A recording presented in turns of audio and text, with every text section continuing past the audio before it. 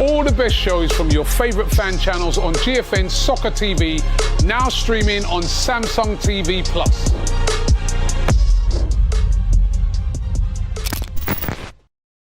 Hi everybody, welcome back to DR Sports, in particular the show we call Live at 5. I'm your host Laurie. I'm joined today by my boy Marcel in the corner there. How you doing today, bro? I'm good, thank you, man. I'm good, Laurie. How you been? Not too bad, man. Not too bad. Looking forward to this show. Plenty to talk about. So let's get straight into it. Breaking news this morning. Actually, you know what? It was last night. I was actually away. I was away for the weekend. And I got back home quite late, watching a bit of Sky. And all of a sudden, I think when I found out, it would have been like the early hours of the morning. Okay. I found out that Nuno had been sacked from Forest. I was like, rah. So yeah, that's the breaking news. Nuno Espirito Santo becomes the first Premier League manager to be sacked this season. He was sacked late last night, just 3 games into the Premier League season. Some would say not unexpectedly. We're going to get onto that in a minute. And we also know that Ange Postecoglou, formerly of Tottenham, will now take over at Forest in time for their game against guess who? On Arsenal. Yeah, so quite poignant news. But yeah, let's get stuck into it. So obviously you've heard the news. What did you make of it? Interesting. I just got informed about obviously a few things that Nuno had been saying, early doors throughout the season, about the relationship between him and the chairman. So interesting. I mean, Nuno plays a bit of a pragmatic style, Ange is a more of attacking style. So let's see how that plays for them. Obviously, we lost to them, to Ange's team last season in the Europa League final. So Ange is back in the Premier League, I guess. We'll see how he fares. I mean, what did you make of the sacking, though? Because the sacking, I mean, listen, I'm going to say this, yeah. So I wasn't really surprised at the sacking. Maybe a little surprised at the timing, coming just a few days before the game at the weekend against Arsenal. But if we're being honest, if we trace it back, so you can go all the way back to last season, right? Remember the game that Forest played against Leicester? I think they drew 2-2. And at the end of that game, what's his name? Evangelos Marinakis, the Forest chairman. He came onto the pitch. I'm sure you remember it. And he seemed to be remonstrating with the manager. It looked like they were, going at it. I mean, you could see that Nuno was a bit shocked when he come on the pitch. But Marinakis was in full flow. He's quite a combustible guy. He's quite a volatile guy. Yeah. And he was saying quite a bit. Nuno looked a bit surprised at first. Then you could see that he felt a bit embarrassed. Now, afterwards, he tried to play it down. He said, there was an injury to a Forest player. And the chairman was talking to him about that. But most people was thinking, nah, man, something had gone wrong. Because if you remember, they drew that game. And beforehand, they were expected to win that game. Forest were on the verge of qualifying for Europe. They kind of fell away. For the Champions League, anyway. They kind of fell away. In the end, they finished 7th. So, yeah, I saw that and I thought, that don't look right. Afterwards, Nuno was questioned about it. He seemed to want to play it down. But it was clear that there wasn't something quite right. Then, over the summer, Nuno had made some remarks about, the transfer window not going well. He said that they were very, very far away from where he wanted to be in terms of signings. Again, that was a bit strange to hear the manager come out and publicly say that. And then he made that, I'm sure you must have seen, he made the comments about his relationship with the chairman not being as good as it was the previous season. They said they're no longer close and no longer interact on a daily basis. And at that point, I thought, nah, man. When you hear a manager come out and say something like that, you know that pretty much he's toast. It's just a matter of time. He lost a lot of players, though, isn't it, Laurie? He's lost a lot of players throughout the summer, so that's also going to, fracture the relationship. And then bringing in the quality, have they really brought in, comparable quality into the club? I don't know. But it's early. I think it's just, when I reflect on it, I think it's very early to sack a manager. 3 games in. It is. You're playing Arsenal next. That's a big game. Is that a home or away? I just think it's very early to make the kind of decision. But like you say, it's been bubbling for a little while now, and it happens. And then add on top of that, there's that very frosty relationship that apparently Nuno had with Edu, formerly of Arsenal, as a player and the sporting director. He was appointed to the sporting director role of Notts Forest by Marinakis, and apparently Edu and Nuno did not get on. Okay. There was a couple of signings that there are odds at. So, for example, Nuno wanted to bring in Adama Traore, apparently. Edu knocked that back, and Nuno wasn't best pleased about that. You may have heard about the Amari Hutchinson signing from Ipswich. Apparently, Nuno wasn't happy about that. And you could tell that there was something amiss with that, because apparently Nuno didn't include Amari Hutchinson in the Europa League squad for the season. So if you just signed a player and immediately the first thing you do is to leave him out of the Europa League squad, that tells you that the manager at that time, Nuno, was not happy with that signing. Yeah. So yeah, there was a few things that happened, and I've also got to say as well that it was being said that Marinakis, the chairman, was not totally enamoured with Forest's style of play. So Forest have a style of play that, let's be honest, it's defensive pragmatism. They're a counter-attacking team. They sit deep. And I think Marinakis, he wanted to see some more expansive football, which, lo and behold, Ange is famous for. Yeah. So, yeah, I'm not surprised at all. Maybe the timing was a bit off.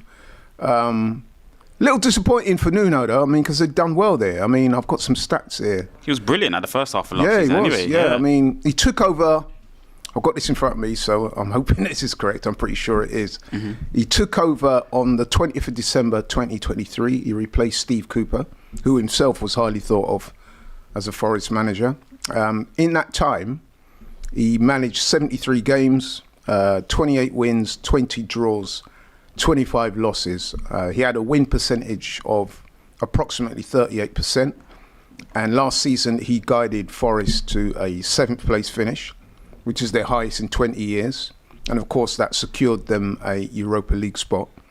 So what did you think of his time as a manager at Forest? I think the first half of the season, last season, was really good. Yeah. I mean, they were sending shockwaves through the Premier League, the way they were performing every single game. You know, they have some really good players in their team. They really broke up a really good team, you know. I think Gibbs White was meant to leave. Obviously, ended up staying with, I thought what you was going to mention before, the famous interview at some point during the back end of last season. And they got players like Elliot Anderson, who, you know, played for England just a couple of days ago. They got some really good players in there that, like, have performed really well within that pragmatic style. Chris Wood, Gibbs White. Chris Wood is a really good player, you know. Yeah. He's a really good player, and I think he scored a lot of goals last season as well. Sells has been outstanding. Even this season, I think, at times as well. So they had a good team together and a good unit, and obviously that's a lot of credit to Nuno and the camaraderie of the team, you know. Of what I was reading, you know, a few minutes back was just on how, you know, that's kind of broken up now via the whole sacking of Nuno. The camaraderie and stuff is kind of dissipated a little bit. But I think, you know, Nuno done a lot of things at Wolves and at Forest for the Premier League. He's been a good manager, but I'm interested to see Ange's style now because, you know, he plays, you know, very attacking football, and that's what I like to see as well myself. So similar to the chair, and you know, I would like to see what Ange has to do for this club. Yeah, that's a very interesting appointment because, as we know, Ange is of Greek heritage, which is the same as Marinakis. Okay. They're both Greeks, so they'll be able to connect with each other in that way. Like you said about the football, we know that Ange is a guy that he likes to play attacking football. Sometimes. Too attacking for their own liking at Spurs. But, you know, Marinakis has said that the way forward for Forest is to play more entertaining football. He's, you know, been very public about that. So I guess you'll get that with Ange, but maybe not straight away because I've got this very important game coming up the weekend against Arsenal, at Arsenal. And what an irony that is, by the way. Former Tottenham manager taking over at Tottenham. His first game will be against Arsenal at the Emirates. How do you see that going? That's a great question. I would love to see the downfall of Arsenal Football Club in this game. I'd love to see the downfall of Arsenal. Of course. So, but you know, like we both are saying, you know, Ange is not going to hold back. I think he's going to bring the lines up as close to your goal as possible, and hopefully he's playing. Well, actually, no, he's been pragmatic. You know, in the Europa League final, he changed his style, Laurie. So it would be interesting to see what he does, but he's got a couple good players there. I mean, Arsenal haven't been playing at their best level yet. No. But they are top side, and they've got a very good defence. They've, Gyökeres isn't really scoring or firing at the moment, but he did get 2 against Leeds. Yeah, he did actually. Yeah, 5-0 was the game. Yeah. So you guys are scoring goals, but let's see what Ange can do. I would like to see an Arsenal loss. Yeah, of course you would, being a Man United fan. But yeah, it's an interesting appointment. I mean, I can see where it makes sense. I was noting, I saw some of the stuff on TV today, some of the Forest fans. It was a bit of a mixed reaction because obviously there's a lot of sentiment there for Nuno. He did really well with them. Like I said, 7th place finish, their highest finish in years, secured European football for them for the first time since 1996. Also took them to an FA Cup semi-final. And like I said, they were very close, it would appear, to qualifying for the Champions League. They fell away towards the end. But yeah, the roots are there. What do you think their target is for this season? Well, like in your mind, like what do you think? Because obviously they're in Europe now. Are they meant to hit Europe again? Or are they meant to? They were close, like we're saying. They fell off towards the end, and they've lost quite a core few members of their squad. Where do you think they're meant to fall this season? Right, that's a very good question. I'll try to answer that. So first and foremost, I think their number one priority, I'm sure, will be to stay in the Premier League because let's face it, when Nuno took over from Steve Cooper, there was a threat of relegation hanging over them. He saved them from relegation and they ascended the table. So first and foremost, it will be to retain their Premier League status. I would imagine that they've been looking to finish in that top 8, this season, try and get European football. I would imagine they want to get some decent runs in the domestic cups. I mean, they got to the FA Cup semi-final last season. They'll want a good run in either of the cups, be it the Carabao Cup or the FA Cup, maybe even both. And of course in the Europa League, I mean, it's a new experience for this Forest team. Yeah. But they'll want to do quite well in that. So I think that will be... And of course, Ange, he won the Europa League last season with Tottenham, so he's well versed in the competition. So yeah, I think they'll be looking at that as a target and see how we go. Yeah. What do you think? I'm saying the same. They have to go back into Europe again. Ange obviously, quoted himself as he wins every second season. So I want to see what they kind of develop to become this season to then push on for next season if he does, ascertain any sort of, trophies next season. So let's see. I mean, they have to be part of the best of the rest. I really like Brighton's football right now this season and the place that they've got. So I'm expecting Brighton to compete in and around, Forest as well. And, 7th, 8th, something like that makes sense. I mean, I think first and foremost, he'll have to come in and try and stabilise things. Yeah. Because, with Nuno, it would appear that, people are falling out all over the place. Yeah. So you'll look to be a unifying force. I'm sure you'll want to establish good relationship with Edu, who's the sporting director, which is a big, important position with any club. We'll need to establish relations with him. Of course, Marinakis, who apparently him and Ange get on very well. So that's a good look for them. But I do think that's a good appointment. I think Ange is a good appointment for... To your knowledge, what was Edu like? Because obviously Edu was at Arsenal before. Yes. So was he like impactful in terms of the players brought into the club, or was he? Because obviously he's a good player as well. By the way, he played for Arsenal. He's a very good player. Yeah. Legend, yeah. But like, so obviously that is that side of things. But in terms of his off the pitch or outside of the football pitch, as a sporting director, I think it's fair to say that there was a mixed kind of feeling amongst Arsenal fans. I personally thought he did a good job. I mean, it's interesting now that Andrea Berta, who replaced Edu, he's come in and he's kind of made waves straight away. But that's not necessarily Edu's fault. I mean, I think they brought in Andrea Berta and they backed him straight away. Yeah. Andrea Berta's brought in 8 signings in this summer window for Arsenal. We've had an excellent transfer window. But I wouldn't use that as a stick to bash Edu with. I think Edu did the best with the available resources at the time. Yeah. I think he fell out with the club, which led to his departure. Maybe you think that he wasn't getting backed sufficiently. I don't know. So it's difficult to tell. But Edu was a good guy for Arsenal, man. I rated him. Yeah. Okay. Yeah. Brazilian as well. He's Brazilian, yeah. But Alberto, the new. He's Italian. Berto's Italian. Okay. Yeah.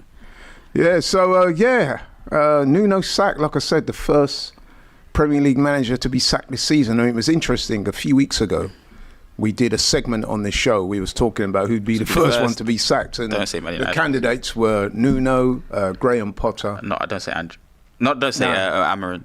Yeah, Don't say those were the three that everyone said. And I remember saying at the time it could be Nuno because, like I said, once he gone out there, and in fact, some people had said that when he made those remarks, it's almost tantamount to him handing in his resignation without doing so. Yeah. Because especially with a guy like Marinakis, who, let's face it, he's quite a volatile guy. If you come out and air him out like that in public, it's only going to go one way. So I think, and this is my own personal belief, I think what happened is Nuno basically calculated and said, you know what, I'm not happy here.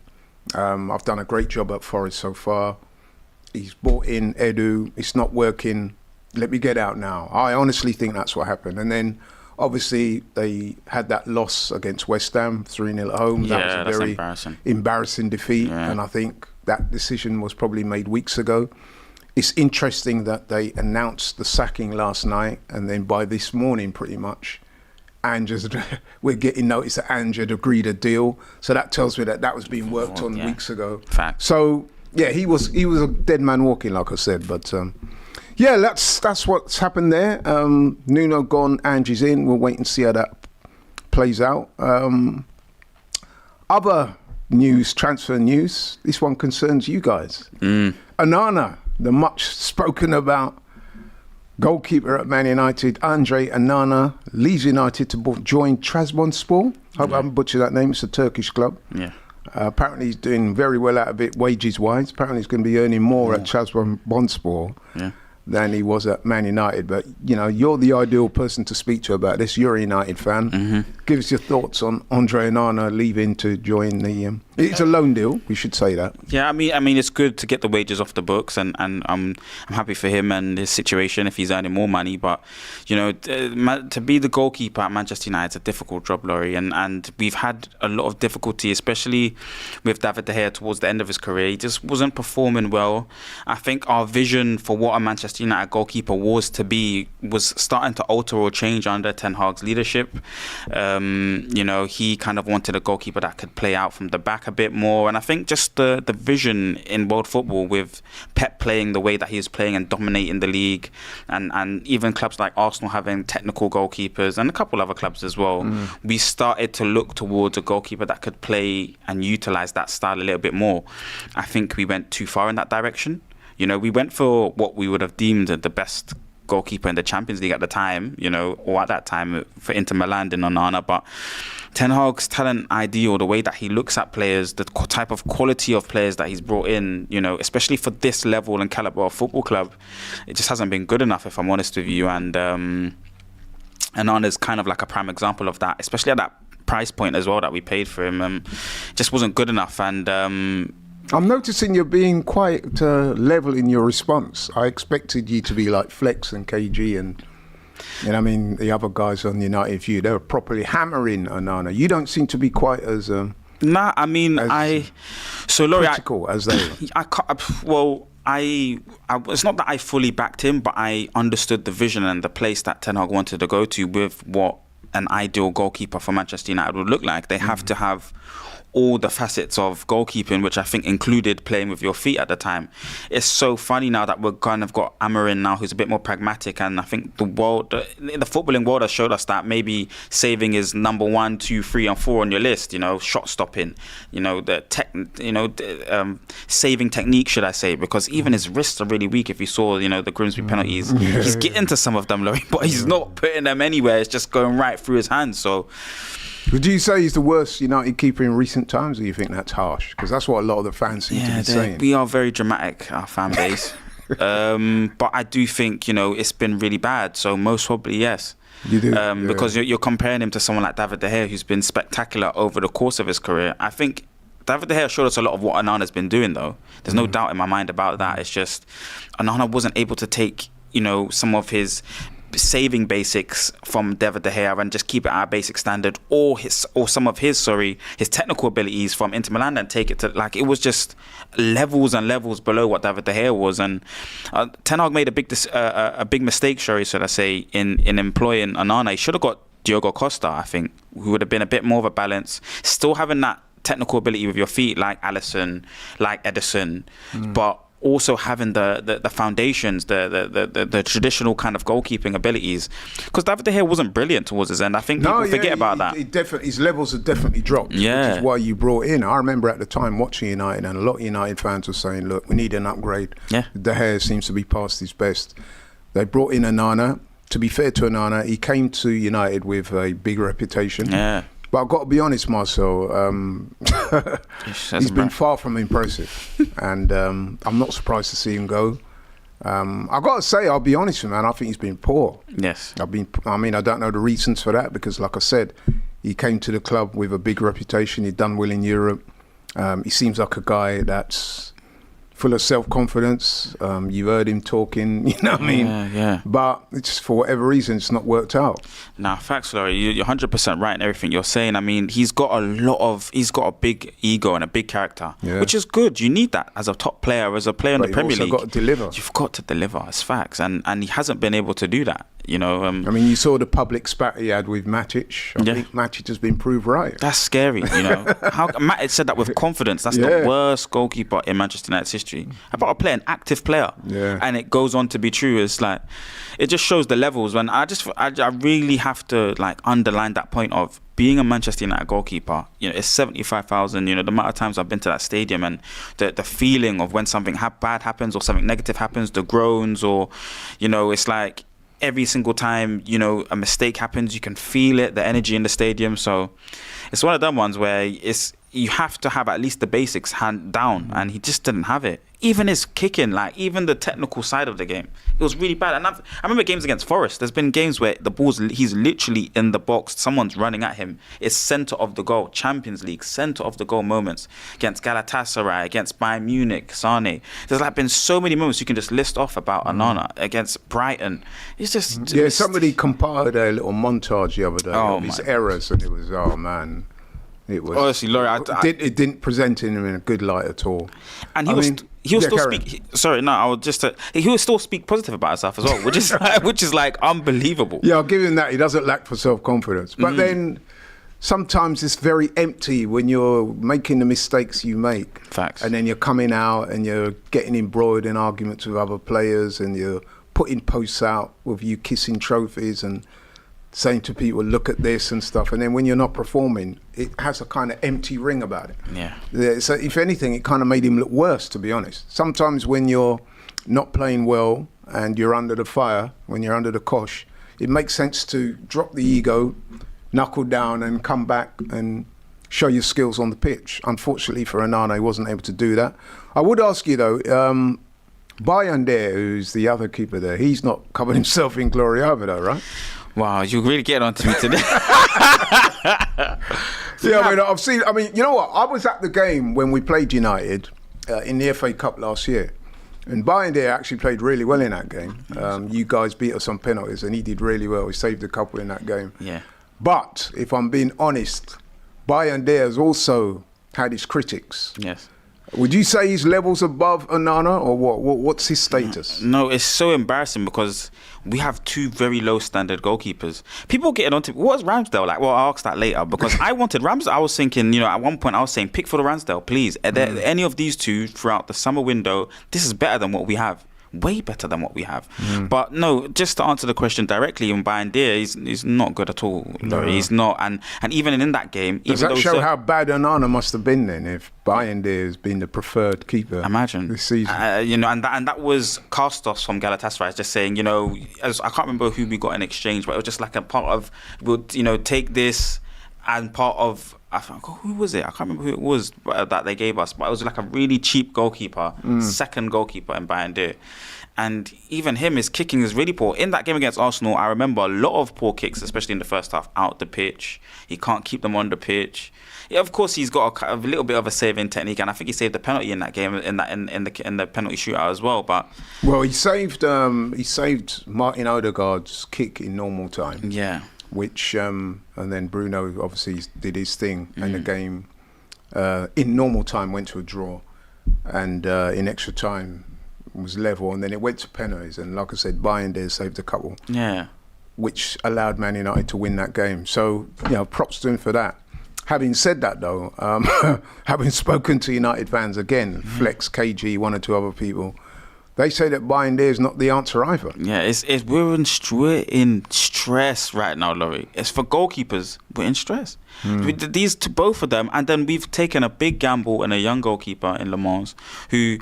Hopefully, it's the same story as David De Gea from what I'm seeing and just the clips that I've seen, because I can't profess to say that I've watched 50 games, 30 games, 20 games of this goalkeeper, but it looks like he's got very good saving ability, and if he gets to a level that David De Gea has, then you've got a good shot-stopping goalkeeper. But then you might find yourself in the same predicament where you can't play passes through the thirds like Raya can, or Edison can, or Alisson can. And then, that kind of halts your kind of build-up play, or it hinders. Goalkeeper is very important. It's a numerical advantage in that first third, in that first line, and they're both. We've had a few change of keepers. I mean, we've had Bernd Leno. He was at Arsenal. He's now at Fulham. He's doing well at Fulham, by the way. Yeah. And then, I've had a series of goalkeepers. We had Ramsdale at the club. What was he like? Ramsdale was a good keeper. Yeah. Listen, goalkeepers are goalkeepers. Sometimes they do things that you think, wow, why did he do that? There's no need for him to do that. They can be guilty of displays of rashness, and Ramsdale is, he's had his moments. He's made a few errors, but all in all, I think he was a good keeper. I mean, when he was at Arsenal, he'd forced his way into the England squad. Didn't quite work out for him at Arsenal. The manager decided to bring in David Raya from Brentford. Now, David Raya is an upgrade on Ramsdale. A lot of people didn't see it at the time, so shout out to the manager, Mikel Arteta, for making that change. It's worked out for the better. Raya, in my opinion, I don't know what you think, I personally think he's the best keeper in the Premier League on current form and what he did last season. I think there are some very good keepers in the Premier League, but for me, he's very, very good. He's improved in a lot of areas.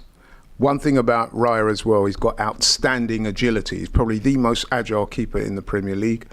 He's also very, very good with the ball at his feet. Yeah. He's almost like an outfield player, which sort of aligns with the way Arsenal want to play. So in many ways, he's been the perfect fit. And like I said, when Raya came into the club, Ramsdale was number one, and a lot of people, I remember it clearly, we're not happy that. Remember, there was that. The camera was always panning between the two as well. Yeah. And Raya emerged as the number one, and he's not looked back. Yeah, I mean, you got to give credit to Arteta where it's true. I don't, and just that small area, because I don't really rate Arteta as a manager, you guys. But just don't say. Just in that small area in terms of that, because that was a lot of pressure on him. Always every 2 minutes, the camera's panning at Ramsdale, then it's panning at Raya, and Raya made a couple mistakes as well. Yeah, listen, he's not. He's made, even in pre-season, he had a couple of howlers. But I mean, overall, all things being equal, he's been really good for Arsenal. Personally, he was my player of the season last season. I actually said that on a number of shows that I was on. To me, he was Arsenal's best player last season. Well, not Saka or Gabriel. No, I mean, don't get me wrong. There were guys that had very good seasons, but I just think all in all, I just thought that. I agree. David Raya was my personal player of the season. I think he's first or second best goalkeeper in the league. So I agree with you on that front. Yeah. It's him or Alisson for me, but. He's ridiculous. He's ridiculous goalkeeper. I mean, he got beat by a fantastic free kick just the other day. I mean, two goalkeepers wouldn't have stopped that. I hear that, yeah. And it's interesting because I've seen Szoboszlai do that in the international game for Hungary against Ireland. We'll talk about that later. But just briefly then, Onana, he's left United to join Trabzonspor on loan, a Turkish club. I've got to ask you though, in terms of where you see the goalkeeping situation playing out, who would you like to see come in the end? Because let's face it, Bayern there is not going to be the guy moving forward. I'm pretty sure they're going to try and bring somebody in. Who would you like to see come in and fill that goalkeeping berth? I mean, that's a great question. I mean, well, so right now, do you mean for against City and Chelsea in the next two Premier Leagues, or do you mean long term? Because long term, I think it would be Diogo Costa has to be my main pick. I mean, I don't know what the situation. Tell us a little bit about him. Portuguese number one, I believe, and plays for Porto. Great with his feet, great saving ability as well. I think he could. And then we've got a kind of Portuguese kind of thing going on with Diogo, Bruno, Amorim, all the staff as well. We've got another Fernandes, the staff as well. So I think it could be something that makes sense for us right now in terms of a fit in terms of the position. But against City and against Chelsea, I think we have to play Le Mans. I've seen enough of Bayern. I know he's not going to be good enough on corners and all these things. And I need to get the young player in the position, in the hot seat early, just to see how he fares. Right, look out for that name. Right, Costa. Right, interesting. Okay, then, moving down the road from Man United to Liverpool. And Konate, centre back, currently for Liverpool, although he's been strongly linked with a move away at some point to Real Madrid. Wow. Now, according to some legitimate publications, Marca, Konate is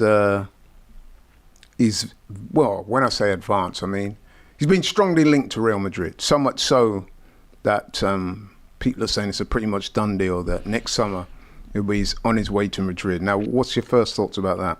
That is one of the best countries and the best places and the cities to play football in the world. Sun, majority of the time, So, and when Real Madrid call alongside with Man United, it's very difficult to say no. It's a big football club. A few people have turned down Man United recently. Right? Yeah, but I hear you. Madrid definitely. This little ongoing saga with Konate to Madrid has been going on for a while now. So much so that we know that Liverpool were trying very hard to get the Mark Gay deal done because obviously they can see forward. They know that it's very likely that Konate will leave. I mean, I'm seeing a quote here from Konate. He said, "Mbappe pressuring me to join Real Madrid. He calls me every 2 hours." I'm sure there's an element of fun to that statement, but even so, a lot of truth is said in jest. So yeah, it probably is happening. But yeah, Konate, I mean, how do you rate him as a player? He's good. He's really strong, really fast, physical player that, is obviously part of a great Liverpool team as well and a good defensive line. I feel like he's not as patient as Van Dijk, Virgil, and a bit clumsy sometimes, loss of concentration, marker can get lost by him sometimes. But I think, are they trying to purchase somebody in the mold of Rudiger? That type of, from the Premier League again, really aggressive type centre-back.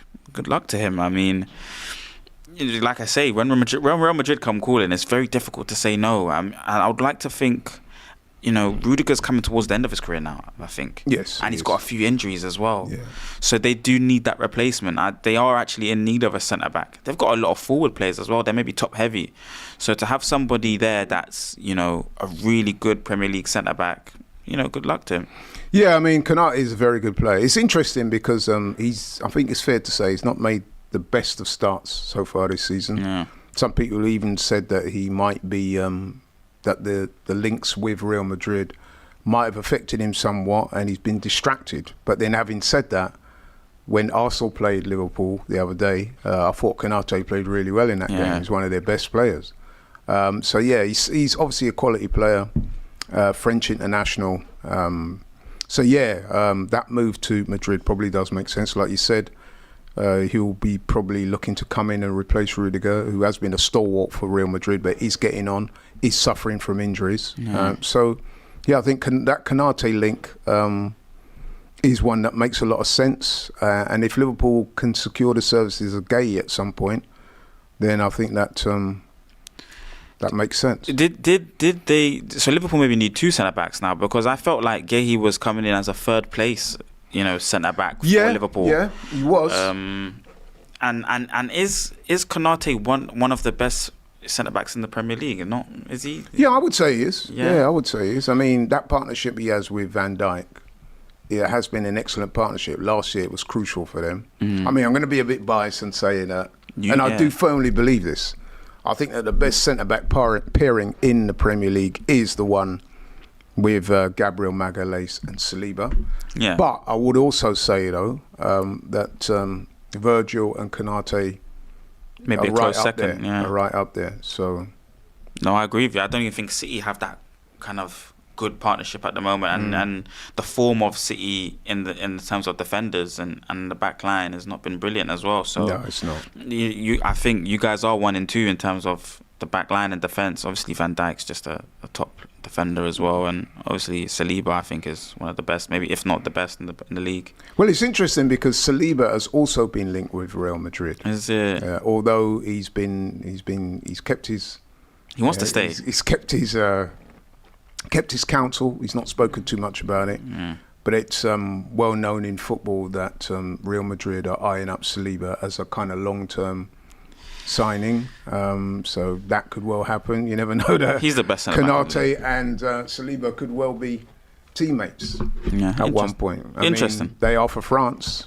It could be that they are at club level for Real Madrid. I mean, obviously, speaking as an Arsenal fan, I rate Saliba very, very highly, and I don't want him to go. But like you said, Marcel, once Real Madrid come calling, it's very few players that can resist that temptation. It's in the sun. You're playing football in the sun most days of the year. It's beautiful weather. That's the best place. But it's not just that. I mean, the history and the sheer aura and the multiple Champions Leagues. They're winners. And then, you know, let's be honest, man, you're playing with some of the best players in the world, Mbappe and people like that. Yeah. So, yeah, I mean, who can blame the players for wanting to make that move? Yeah. Let's just hope that if Saliba does leave, that Arsenal can maximise and get the very most they can get for him, because he's an outstanding player for Arsenal. I mean, he's currently injured. I think he's out for about 2 or 3 weeks. He picked up the injury. Yeah, he picked up an injury against Liverpool. He went down in the first 5 minutes. Yeah. He was unable to continue in that game. But the positives to that is that Mosquera, who was a signing that Arsenal made in the summer, Christian Mosquera from Valencia, he came on to replace Saliba, and he had a very good game. It was almost like a seamless transition. So, you know what it's like with injuries. Sometimes, you know, it can be a very bad thing, but also there is a positive angle to it as well, because if the guy that replaces the injured person comes in and does well, you're thinking, okay, he can handle it. He can come in and replace when he needs. Yeah, I would imagine Mosquera's going to play this week against Forest. So we'll see how he goes there. Talking of the weekend, you got that big game. We alluded to it a few moments ago, Man City. Now, in years gone by, I think it's fair to say that this would have been like the glamour game. I think it's fair to say, given what's happened with both the Manchester clubs over the past year or two, they're not at that level where they're at. So the game doesn't have quite the same resonance. Correct me if I'm wrong. No, you're right. Doesn't quite have that same luster to it, but it's still a massive game, and it's still an important game for both teams. I mean, both of them have had problems this season. Yeah, underperforming. Definitely City underperforming as well compared to us. I mean, we're still trying to find where we're at in comparison to the competition, but City haven't been starting very well. I think they're very vulnerable on the counter-attack, and I think that will be our angle at their ground, at the City ground, at City's ground. So let's see what happens. I'm hoping for a win. I was saying that the first... You think you could go there and win, right? Of course. Are you at home or are they at home? Well, they're at home. Right, they're at home, and then I think we play Chelsea next at home at Old Trafford. So, but I was saying the first 5 games of the Prem were to win, Laurie. So I was, and against Arsenal, I felt like we should have come out of there with a little bit more, of Old Trafford a little bit more. Against Fulham, that should have been wrapped up 3-0 in the first 35, 40 minutes, in my opinion. And then Burnley's obviously a hard-fought win. So in my mind, I've seen all avenues for victories thus far. Okay, maybe not a victory against Arsenal, but at least a draw or something, like a bit more than what we got. There's a penalty, a shout in there, and then the performances from Cunha early doors and the opportunities at goal. You can maybe think, and then, you know, Dorgu hits the post. There was a couple. We could have got more out of the game than Arsenal did, anyway, in my opinion. So. Yeah, I thought against, mind you, I was always expecting that game to be difficult. It was first game of the season. United are at home. You had your new signings on display. I knew that game was going to be difficult. United did play well, especially in the first half. I thought you were a better team. I thought Arsenal dug in there, and you know, we won the game 1-0. I mean, that was a game that in years gone by, Arsenal probably would have lost that game, or if not won it. But we do have a different mindset these days. We dug in, we got the win. But yeah, you're right. It wasn't a great performance. United can justifiably feel a little unlucky that they didn't get a point out of that game. But you know what? It's interesting. I'm looking at the table as we speak, and you are actually higher than City in the table right now. Yeah. United are 9th, City are 13th. Yeah. Obviously, they've played 3 games each. United have won 1, drawn 1 and lost 1. Yeah. City have won 1 and lost 2. Including their last game, which was a very disappointing loss for them. And they're going to lose another one. They're going to lose another one. So tell me why you're so confident about this game coming up. They've been playing so badly. I mean, they've got really good talent up front, but, it's not gelling at the moment. It's not working in tandem. And then the defence just looks so weak. And the midfield doesn't look like it has a lot of running power. I mean, Reinders looks really like he's a bit of an engine player, and he's good talent, but... Silva doesn't look like he's got legs at the moment. I haven't seen Rodri come back into the fray and how he looks. He doesn't look 100% Rodri. And then from a knee injury like that, are you going to come back and be Ballon d'Or level? I don't know. Nori hasn't. I think he's injured. I'm pretty sure I saw him come off early in the last game that I saw City play, but it hasn't been 100% firing. No. The back line just looks like they're vulnerable. I think in that first game they looked really good. They played Wolves, didn't they? Oh wow, yeah. And I think they won something like 4-0. Yeah, and they played really well. It was a away game as well. Yeah. And they looked really good. Like you said, Reinders, he looked really good. Ait Nouri going back to his old club, he really looked good. Yeah. And of course they got heavy hitters like Haaland still in the team banging goals. But then in their next 2 performances, they flattered to deceive. They lost those games. The loss against Brighton, they were really poor apparently in that second half. So, yeah, man, I mean, you guys have got to be looking at this game as a winnable game, right? Yes, and yes. It's at least for the first 45 minutes, I'm believing that we should be able to start well. In every single game, we've started well thus far this season. Against Burnley, we started well, maybe first 20 minutes or so, and then it fizzles out. Fulham, I think it was at least the first 35 minutes, then it fizzled out. Against Arsenal, I think it was the whole half, or at least 40 minutes, 35 minutes of that game. We played well. Yeah, I think in the first half, I think it's fair, even as an Arsenal fan, I have no problem in saying that United were the better team in the first half, definitely. So we have to provide dividends from that. However we start against City, I'm always worried about the way Ruben sets us up. With the 4-2-4, 2 midfielders against Arsenal's spectacular 3 or Chelsea's very good 3 or City. They've got very technical players there, and I don't know if Ruben really rates Casemiro that highly. I'll be honest, I don't think he does. He's just playing him out of the fact that he's worth so much, and he does come up with big performances, and I think Cass is a big game player. So against City, I think you have to put him in, but I just think we should win this game. Like you say, it has to be a winnable game against City and Chelsea if we want to kind of get into that position for a potential top 4, top 5, top 6 position. We have to win these kind of games. It's interesting listening to you speak. It's funny how football moves so fast, because if we think back a week or so to when you guys played Grimsby and you were beaten by them, it's a legal game. That's come crashing down. That's a fake game. People were saying, this is the worst United team ever. Amrim's got to go. Then you go play Burnley at home. You get the win. You beat them. Fantastic performance. I'm not sure if it was a fantastic performance. It was a better performance. You beat them, but you had to wait until quite late into the game to... I think there was another penalty shout in that game as well. It was spirited. It was very spirited. And that's what I love about this club. We still fought until the end, and Bruno puts away a penalty which he had to as redemption.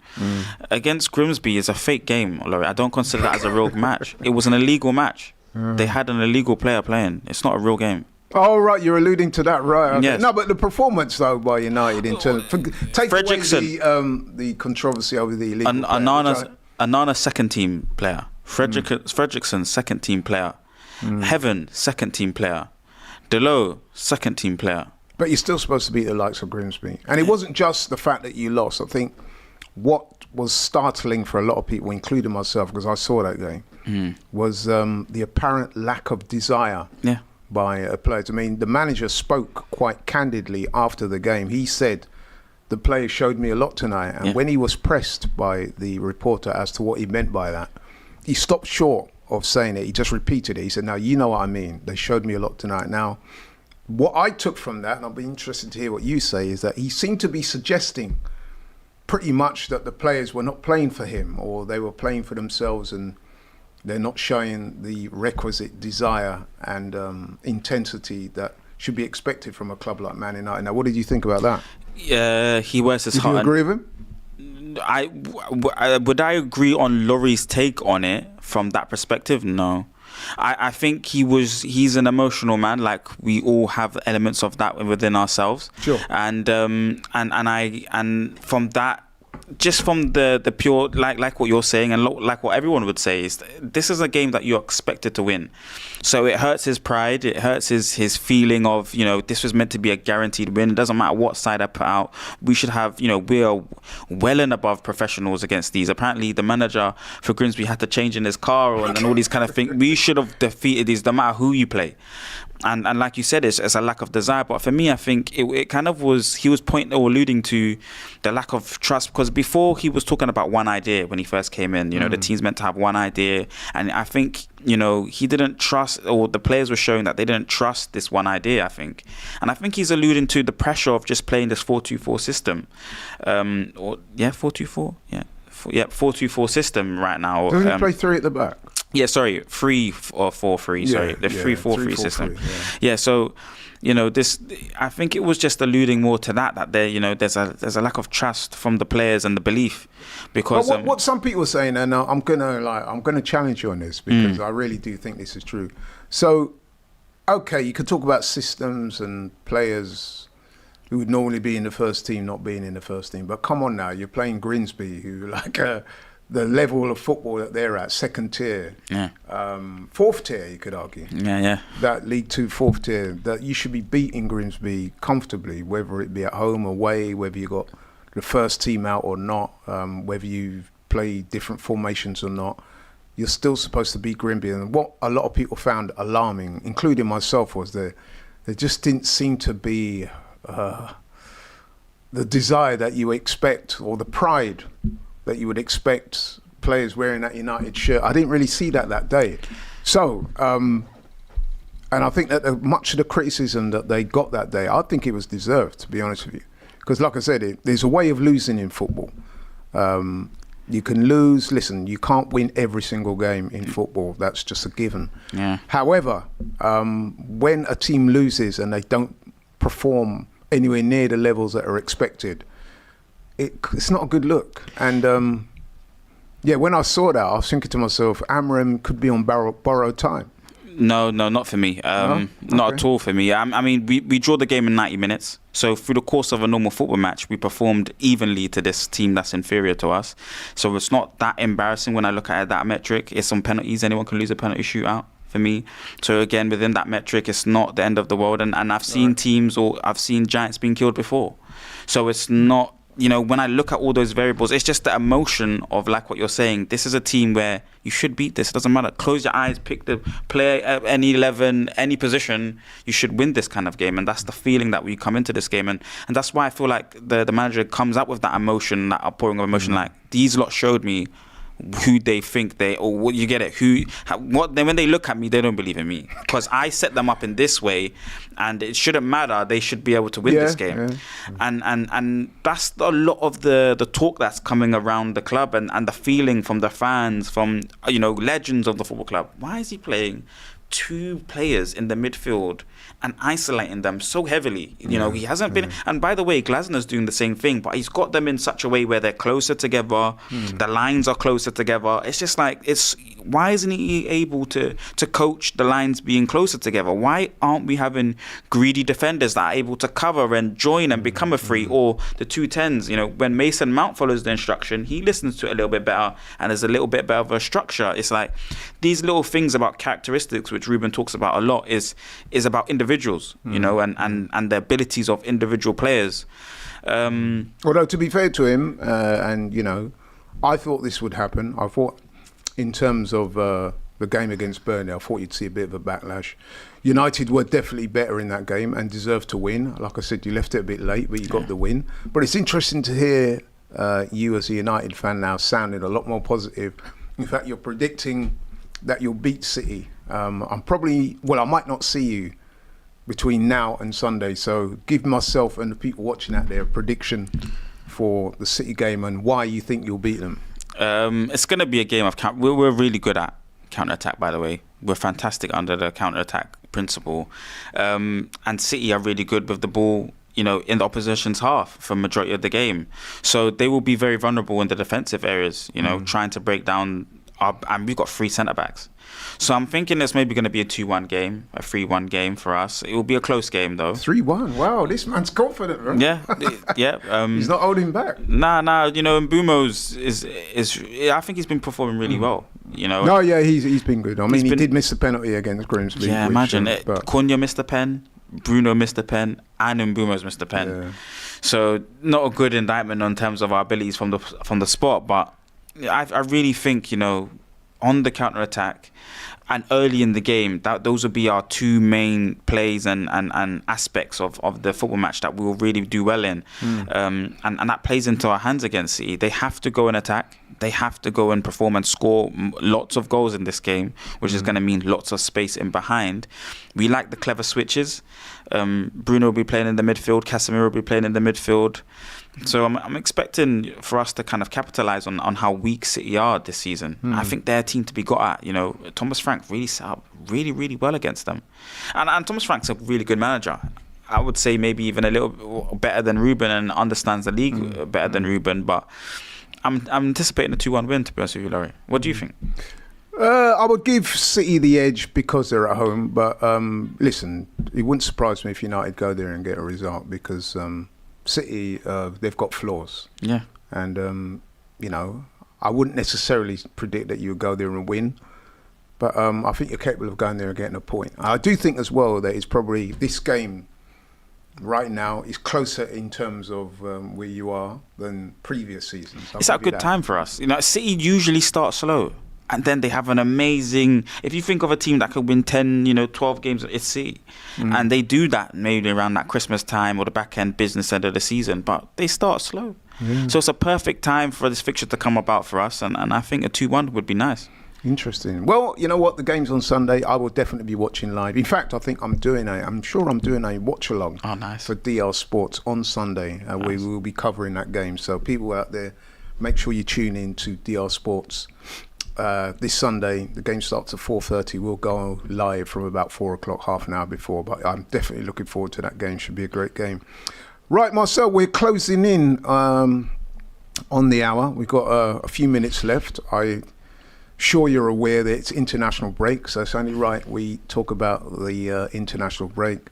England, they're playing tonight against Serbia, away against Serbia. Potentially a difficult game. Certainly likely to be much more difficult than England's game at the weekend against Andorra. I mean, I was away at the weekend. I was doing all sorts. I missed the game. I saw the goals. We beat them 2-0, but apparently it wasn't the greatest performance. Speaking to you before we came on air, you said you saw the game. What did you make of it? Slow. You know, Tuchel was talking about, he wants more pace and more urgency in the play. A bit slow. Eze, an Arsenal player, by the way. Yep. It wasn't good. Eze was rubbish. Really? Rubbish, wow, Laurie. Rubbish. Had two clear-cut opportunities to bag. I think in the second half it is, and doesn't. I had multiple chances actually, even in the first half, I believe, and he just couldn't score. But weren't the 2 goals that England did score? They were Arsenal inspired. Madueke, I saw he put the cross in, and it was an own goal, but. Hey, Madueke put the cross in, so you're getting at least assist out of that. And then Declan Rice scored the second. Yeah, Declan. So, I think Arsenal is fair to say they did have an influence on that game in a positive way. Yeah, Skelly played rubbish. Skelly, by the way, he's been left out of the squad for tonight. Yeah, he played rubbish. And they need to get him away from this left-back thing. He's a midfielder, I think. Maybe alongside that, but why was he rubbish? Are you just saying that out of your Man United bias, or what was his flaws in that game? A little bit. I mean, he wasn't really defensively strong.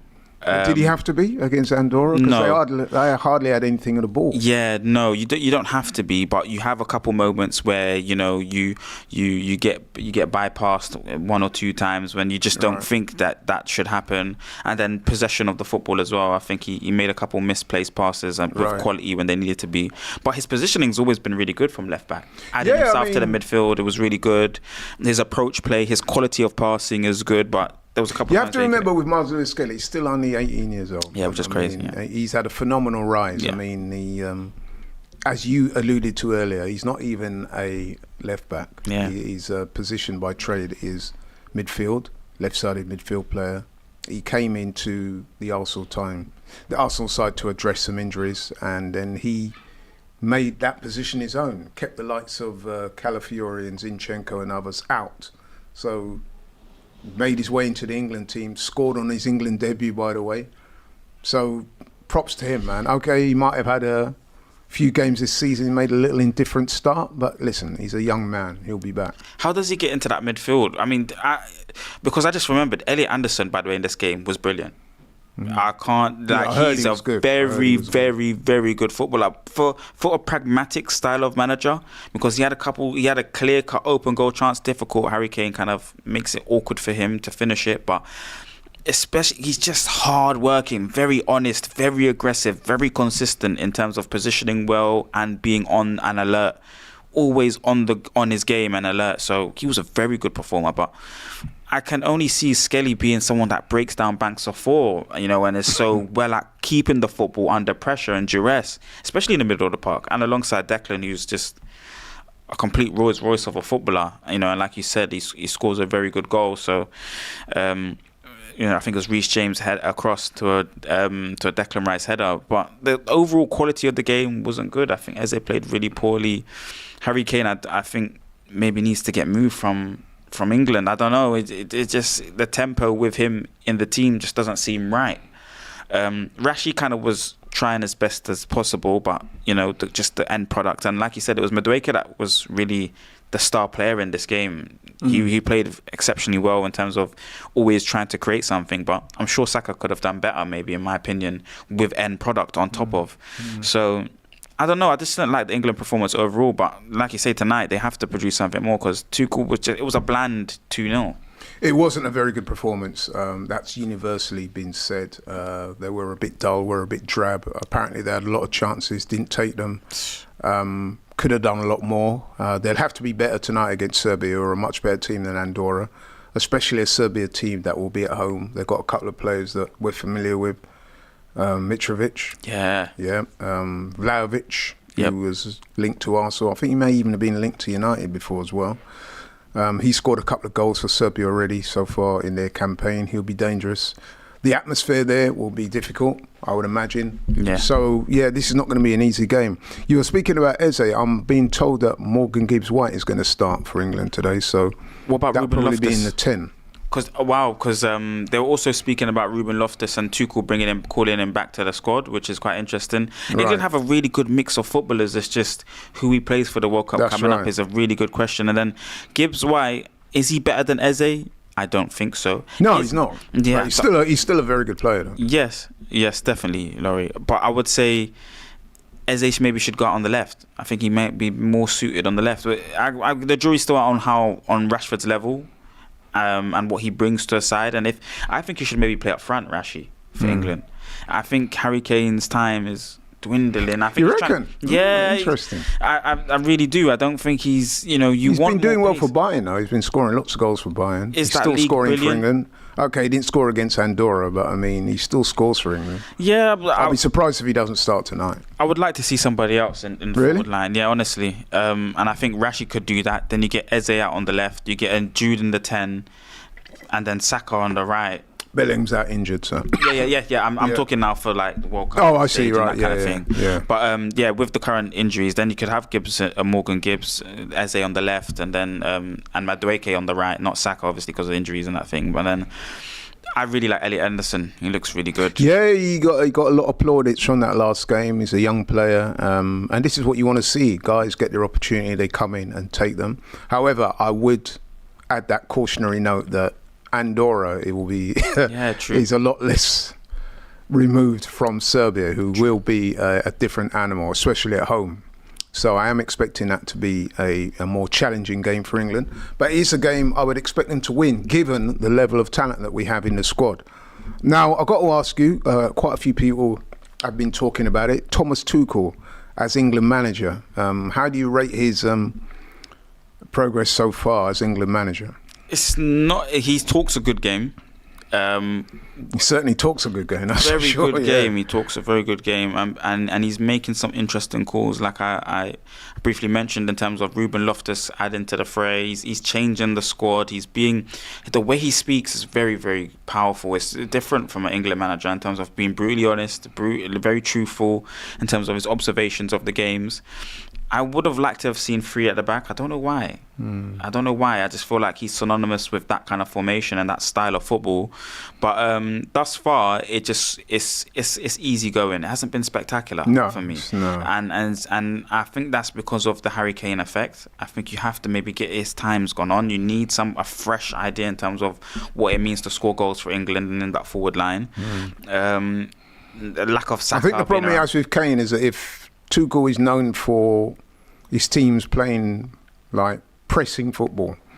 Now, let's be honest, Harry Kane, at his advanced age and his athleticism is not the best. Yeah. So he's not going to press as high and as intense as some other strikers might. But then you can't deny his quality in front of goal. So I would say that Harry Kane, for the foreseeable future anyway, is going to be England's number 9. He's going to be their first choice option up front. But then, as you allude to, we do need to see other guys get their opportunity. But to go back to Thomas Tuchel, and again, we're closing in on time. We're going to have to probably make this the last point or so.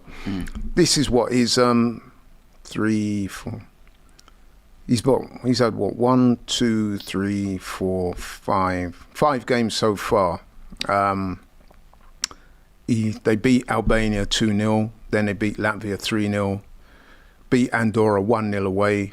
Then they lost to Senegal. That was a pretty poor performance, really. Remember that. That was back in June of this year. Beaten comfortably by Senegal. Having said that, that was a friendly. And they beat Andorra 2-0, like we said. They won fairly comfortably, but they didn't look the best.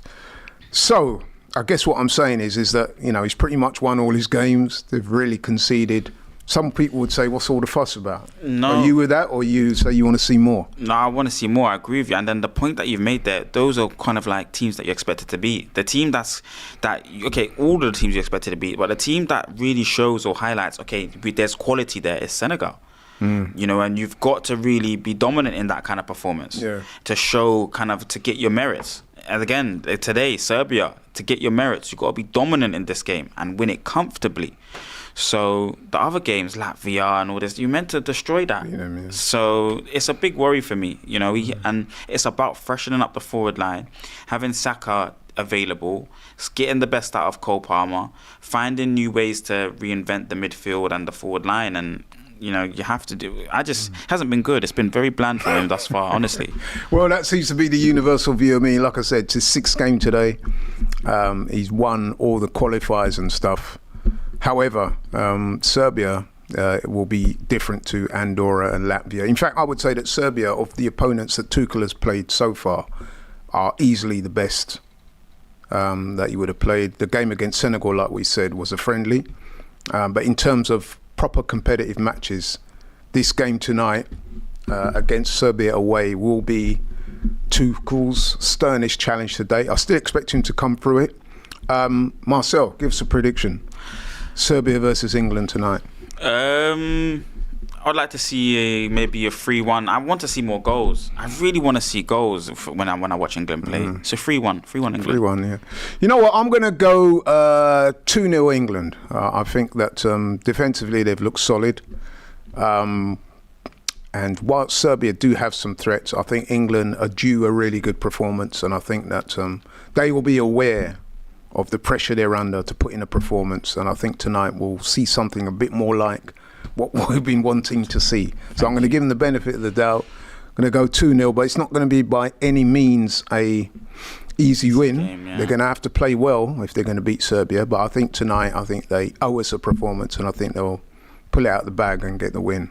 But Marcel, man, thanks so much. This hour's gone really quick. I've really enjoyed your company, even if you have been lambasting some of the Arsenal players, which I would expect from you being a United fan, but it's all good, my friend.